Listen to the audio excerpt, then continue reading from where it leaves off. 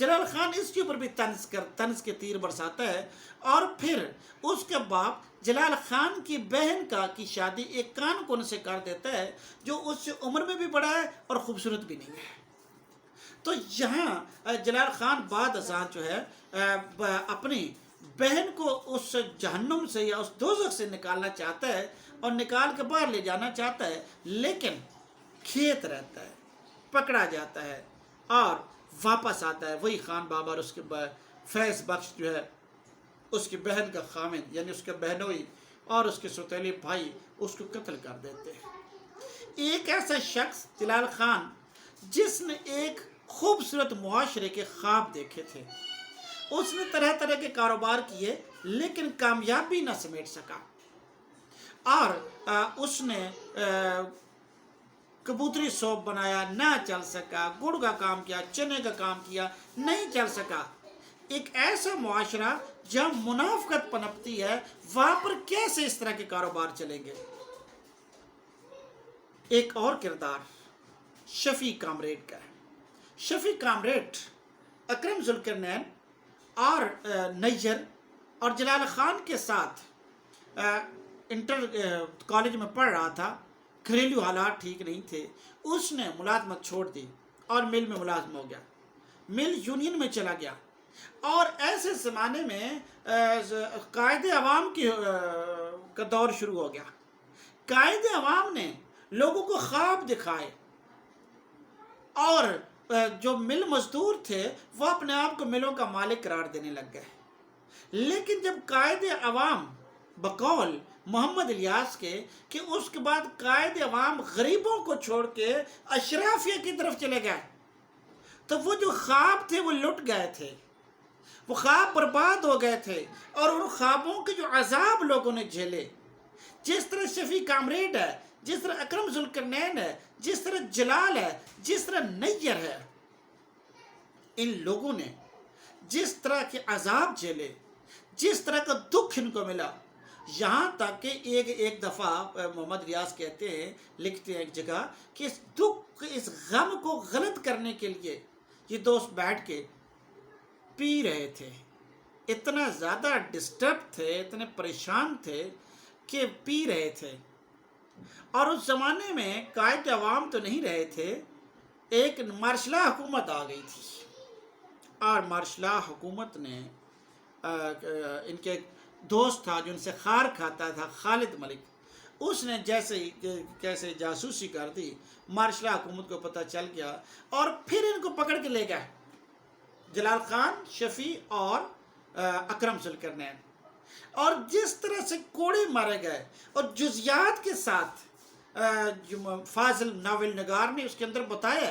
کیسے کوڑے مارے گئے، کتنا درد اور کتنا زخم دیا گیا، کیسے ٹھٹھے لگائے گئے، ساری چیزیں اس کے اندر جو ہے وہ ہمیں بتاتے ہوئے نظر آتے ہیں۔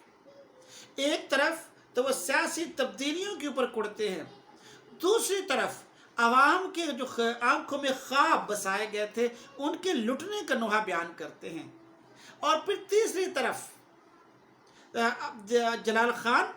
جو کہ یکساں معاشرے کا خواب دیکھتا تھا، اس کے قتل کا بہت بڑا بے ایمانہ قتل ہوا۔ اکرم ذوالقرنین کے ذریعے معاشرے کے اندر جو طبقہ نسواں کے ساتھ زیادتی کی جا رہی ہے، جو طبقہ نسواں کے ساتھ غیر مساویانہ سلوک ہو رہا ہے، محمد الیاس اس کو بڑی وضاحت کے ساتھ بیان کرتے ہیں۔ مارگریٹ عیسائی خاندان سے ہے، اور اس مردانہ معاشرے کے اندر جگہ جگہ اس کے اوپر جملے کسے جاتے ہیں۔ اس کے اوپر ایک دفعہ رات کے وقت اکرم ذوالقرنین مارگریٹ کے پاس تھا، بیٹھے ہوئے تھے، باتیں کر رہے تھے، اور کسی نے پولیس کو آگاہ کر دیا، پولیس آ گئی، اپنے باپ کے اثر رسوخ کی وجہ سے ضمانت قبل از گرفتاری ہو گئی، لیکن مارگریٹ کا میڈیکل ہوا، اور اس کے بعد حالانکہ وہ پوتر ثابت ہوئی، لیکن جس طرح سے اخبار کٹہرا نے سرخیاں جمائیں، اور جس طرح سے بازاروں سے گزرتے ہوئے لوگوں نے جملے بازی کی، وہ ایک ایسے معاشرے کی داستان ہے جو مہذب نہیں ہے، جس سے مہذب ہونے میں ابھی وقت لگے گا، اور جہاں پر اور جہاں پر خواتین کی حقوق ابھی اس حد تک نہیں ہیں جتنے ہونے چاہیے تھے۔ ایک اور کردار کلثوم، جو کہ اکرم ذوالقرنین سے پیار کرتا ہے، اور اکرم ذوالقرنین کے والد خان اسلم اور اس کی والدہ زرینہ کے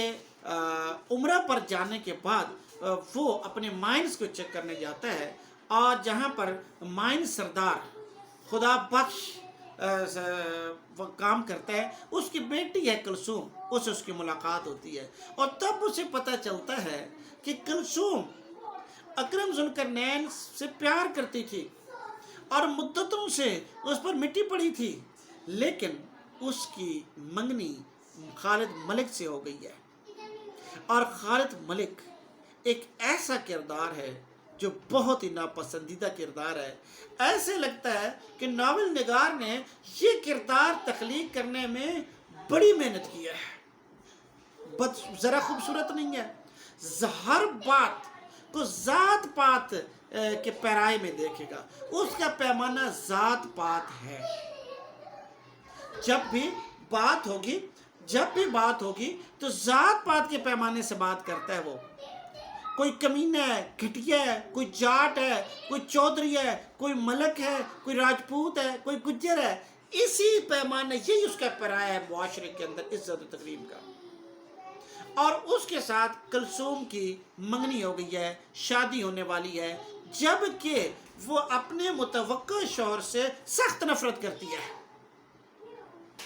اسلام کیا کہتا ہے؟ کیا اسلام اس بات کی اجازت نہیں دیتا کہ اگر لڑکی کسی مرد کو ناپسند کرتی ہے تو اسے حق ہے کہ وہ اس سے شادی نہ کرے؟ لیکن کیا ہمارا معاشرہ اس بات کی اجازت دیتا ہے؟ یا یہ کہہ دیا جاتا ہے کہ نیم رضامندی، خاموشی نیم رضامندی ہے، اور یہی کہ کلثوم کے ساتھ ہوتا ہے۔ اور بعد کے زمانوں میں کلثوم خالد ملک کو قتل کر دیتی ہے۔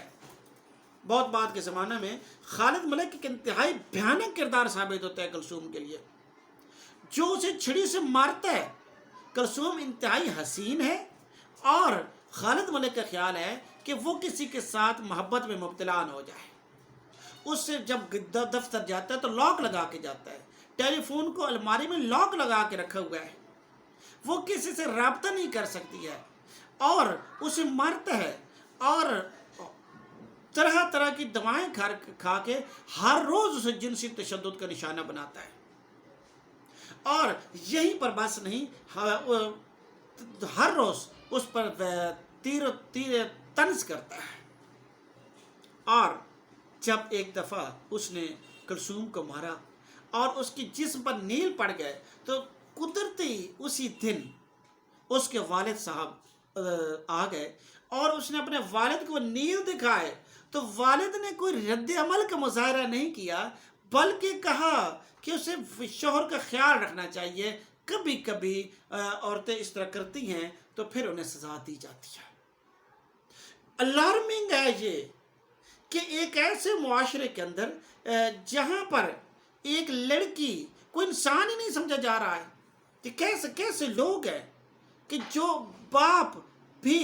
یہی کہتا ہے کہ شوہر کی اتباع کرو، بھلے جیسا بھی ہے، جو مرضی کرتا ہے۔ یہاں تک کہ خالد ملک، انجام خالد ملک کی موت پر منتج ہوتا ہے۔ تو اور پھر کلثوم اکرم ذوالقرنین کے بیٹی کی ماں بنتی ہے، اور اکرم ذوالقرنین اسے لے کر پنڈی آتا ہے۔ یہاں پر مارگریٹ جو باہر کے برطانیہ چلی گئی ہے وہ آئی ہوئی ہوتی ہے، وہ اپنا بیٹا اس کے سپرد کر دیتی ہے۔ اسے اتنی نفرت ہو گئی اپنے سسرال سے اور اپنے میکے سے بھی نفرت ہو گئی، سسرال سے بھی نفرت ہو گئی، وہ اپنے بچوں کو وہاں دینا نہیں چاہتی۔ اور جب واپس آتی ہے تو میکے والے بھی آئے ہوئے ہیں، اس کے بھائی بھی، اور سسرالی بھی آئے ہوئے ہیں، اور اسے پکڑ لیتے ہیں اور اس کا گلا دبا کے اسے مار دیتے ہیں۔ کلثوم کا انجام ہو گیا، اور کہا یہ جاتا ہے کہ یہ فاحشہ لڑکی تھی۔ ایک لمحے کے لیے کوئی نہیں سوچتا کہ یہ حسین لڑکی حسین دل بھی رکھتی تھی، اور اس کے ساتھ ہم نے کیا کیا تھا؟ کیا ہم نے جو اس کے ساتھ سلوک کیا وہ منصفانہ سلوک تھا؟ ایک اور کردار کبوتری کا ہے، جسے جو ایک کلا کے اندر رہتی ہے، اور اس کا باپ اسے دھندا کرواتا ہے۔ یہ 10 روپے لیتی ہے، 5 روپے عصمت فروشی کے اور 5 روپے جس قلعے کے اندر، یہ پرانا قلعہ جہاں رہتے ہیں لوگ جاتے ہیں، مرد جاتے ہیں، اور سارے مردوں کو کوئی برا نہیں کہتا، ہر کوئی کبوتری کو فاحش اور پتہ نہیں کیا کیا کہتا ہے۔ جلال خان بھی وہاں جاتا ہے، اور جلال خان کے ساتھ اس کو پیار ہو جاتا ہے، اور پھر جلال خان اس کے ساتھ وہ جاتی ہے شمالی علاقہ جات کی طرف، اور 12 تولہ سونا اس کے پاس ہوتا ہے، وہ بیچ دیتی ہے اور اپنے محبوب پر نچھاور کر دیتی ہے۔ اور یہ ایک ایسا زبردست کردار ہے کہ جب یہ واپس آتی ہے اور پتہ چلتا ہے کہ اس کے والد نے جلال خان کے والد کو جا کے بتا دیا ہے کہ وہ گھر سے کہیں گیا ہوا ہے، تو جلال خان کے ساتھ اس کی بیٹی کو لے کر گیا ہے، تو وہ اس پاداش میں، اس غصے میں باپ کو مار دیتی ہے۔ لیکن اس سے پہلے تو کچھ بڑے قیمتی جملے ادا کرتی ہے۔ وہ جلال خان سے کہتی ہے کہ مجھے نہیں پتا کہ میرا باپ ہے بھی کہ نہیں ہے، کیونکہ میں اس طرح کے جو لوگ ہیں لڑکیوں کو اغوا کرتے ہیں، اور اغوا کرنے کے بعد اپنے پاس رکھتے ہیں، ان سے دھندا کرواتے ہیں، اور عصمت فروشی جو ہے وہ ان سے کرواتے ہیں۔ اور کیا باپ اپنی بیٹی سے دھندا کروا سکتا ہے؟ بلا شبہ اب ہمارے معاشرے میں اس طرح کی مثالیں موجود ہیں، لیکن وہ اپنے محبوب کی خاطر اس کو مار دیتی ہے، اور اقبال جرم کر لیتی ہے، جیل چلی جاتی ہے۔ وہ جلال خان کے ساتھ نبھانا چاہتی ہے، جلال خان بھی اس کے ساتھ زندگی بتانا چاہتا ہے، لیکن دونوں اپنے فیصلوں میں آزاد نہیں ہیں، اور کبوتری کو جیل میں جانا پڑتا ہے۔ وہاں ایک اور جو سپرنٹینڈنٹ جیل ہے سید نجم الحسن، وہ کسی زمانے میں جلال خان اور اکرم ذوالقرنین اور ان تمام کے جو ہے استاد رہے ہیں، اور بڑے پروگریسو خیالات کے مالک تھے، لیکن اب پتہ چلتا ہے کہ ان کے سارے خیالات ملیے میٹ ہو گئے، ختم ہو گئے، مقابلے کے امتحان دیا، وہاں چلے گئے، اور وہ جو انہوں نے تصورات بنے تھے وہ سارے کھیت رہے۔ عورتیں یہاں پر اس ناول کے اندر محمد الیاس یہ بتاتے ہیں کہ ہمارے معاشرے کے اندر جو خواتین ہیں انہیں حقوق نہیں دیے جا رہے، نہ وہ اپنی مرضی سے شادی کر سکتی ہیں، نہ مرضی سے وہ اپنی زندگی گزار سکتی ہیں، اور ان کو اوپر طرح طرح کے لیبل لگائے جاتے ہیں، اور جیسا مرضی چاہے ان کے ساتھ سلوک کریں، کوئی معاشرے میں پوچھنے والا نہیں ہے۔ دوسری طرف اکرم ذوالقرنین جو ہے،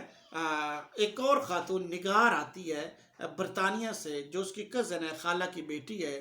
وہ اس سے کہتی ہے کہ میں تم مجھ سے شادی کر لیتی، اس بعد شادی ہو جاتی ہے، اور اس یقین پر کہ نگار بعد میں سے مارگریٹ کے ساتھ شادی کرنے دے گی۔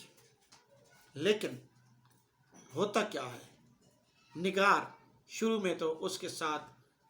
متفق نظر آتی ہے، آہستہ آہستہ وہی نسوانی اور عورتوں کا جو حسد ہے وہ درمیان میں آ جاتا ہے، اور نگار اسے چھوڑ دیتی ہے۔ نگار بھی وہی۔ اور اچھا، ایک اور چیز میں آپ کو بتاؤں، اس ناول کے اندر آخر کار بالآخر جو عیسائی خاندان ہے اسے پاکستان چھوڑنا پڑ جاتا ہے، وہ برطانیہ چلا جاتا ہے، اور برطانیہ سے کینیڈا منتقل ہو جاتے ہیں، وہاں وہ کمانا شروع کرتے ہیں، وہاں پیسے بھیجتے اکرم ذوالقرنین کو، تو وہاں یعنی ملک سے نکلنا پڑتا ہے۔ اتنی تقسیم ہے، تقسیم کی بات کی جا رہی ہے، ذات پات کی بات کی جا رہی ہے۔ پھر ناول کے اندر مرزائیوں کے حوالے سے، قادیانیوں کے حوالے سے بات کی گئی ہے۔ قادیانیوں کو ڈیفینڈ نہیں کیا گیا، یہ نہیں کہا گیا کہ وہ جو ہیں بڑے پاک باز ہیں یا مسلمان ہیں، یہ نہیں کہا گیا۔ ہاں، یہ ناول نگار کے بقول وہ بے شک مسلمان نہیں ہیں، پاکستانی تو ہیں، وہ بے شک مسلمان نہیں ہیں، پاکستانی تو ہیں، تو انہیں ان کے بطور پاکستانی حق دیا جائے۔ لیکن جس طرح سے ان کی دکانیں جب ذوالفقار علی بھٹو کے دور میں قادیانیوں کی دکانیں لوٹ لی گئیں، اور جس طرح سے ان کے کاروبار تباہ کیے گئے اور پھر انہیں جرمنی بھاگنا پڑا، تو وہ ایک داستان جو ہے وہ اس کے اندر بیان کی گئی ہے۔ اس ناول کے اندر ایک جگہ ایک سمجھیے کہ خواتین کے حقوق کی بات ہوئی ہے، دوسری جگہ جو کس طرح سے جاگیرداریاں وجود میں خان بہادروں نے، یہاں پر ایک خاندان ہے خان بہادر کا، اس کے حوالے سے بات کی گئی ہے کہ کس طرح سے جو خان بہادر کا خاندان ہے وہ یہاں پر جاگیردار بنا تھا، کس طرح سے سکھوں کو مارا، کیسے حویلی دیوان سنگھ جو ہے وہاں پر کچھ جن لوگوں نے اسلام قبول کر لیا انہیں بھی قتل کروا دیا تھا۔ تو یہ ایک جگہ وہ بتا دیا گیا ہے۔ پھر یہ کہ معاشرے کے اندر جو ذات پات کا نظام ہے، جو بہرحال بڑی کبھی نظام ہے، اس کے اوپر جگہ جگہ قلم فرسائی کی گئی ہے۔ خالد ملک ایک ایسا کردار ہے جس کے ذریعے اس نظام کے کلی کھولی گئی ہے۔ ایک اور بڑی انٹرسٹنگ بات ہے، اس ناول کے اندر 2-3-4 کردار ہیں جو کہ مذہب سے ریلیٹ کرتے ہیں۔ ایک سید ولایت حسین شاہ ہیں، ایک ہے سائیں سچا بابو غلام حسین۔ یہ سید ولایت حسین شاہ شریعت کے پر چلنے والا کردار، بابو سچا طریقت پر چلنے والا کردار، لیکن ان کے پیرلل 2-4 کردار اور بھی ہیں جو توہم پرستی، اس معاشرے کے اندر جو توہم پرستی پھیل گئی ہے اس کی وضاحت کرتے ہیں، جس میں بوستان ہے، جس نے لنگری پہاڑ پر، راولپنڈی میں لنگری پہاڑ پر ایک دربار قائم کیا ہے، جس میں وہ ایک ذہنی طور پر معذور لڑکے کو لے کر آتا ہے جو شکل سے جسے بگا پیر سرکار کا ہے، اس کی شکل ذرا زیادہ وائٹ ہے، داڑھی ہے اور لوگ بول نہیں سکتے صحیح، اور کہا گیا کہ یہ جو ہے پیر بگا سرکار ہیں، اور خود ترجمانی کے فرائض انجام دینا شروع ہو گیا۔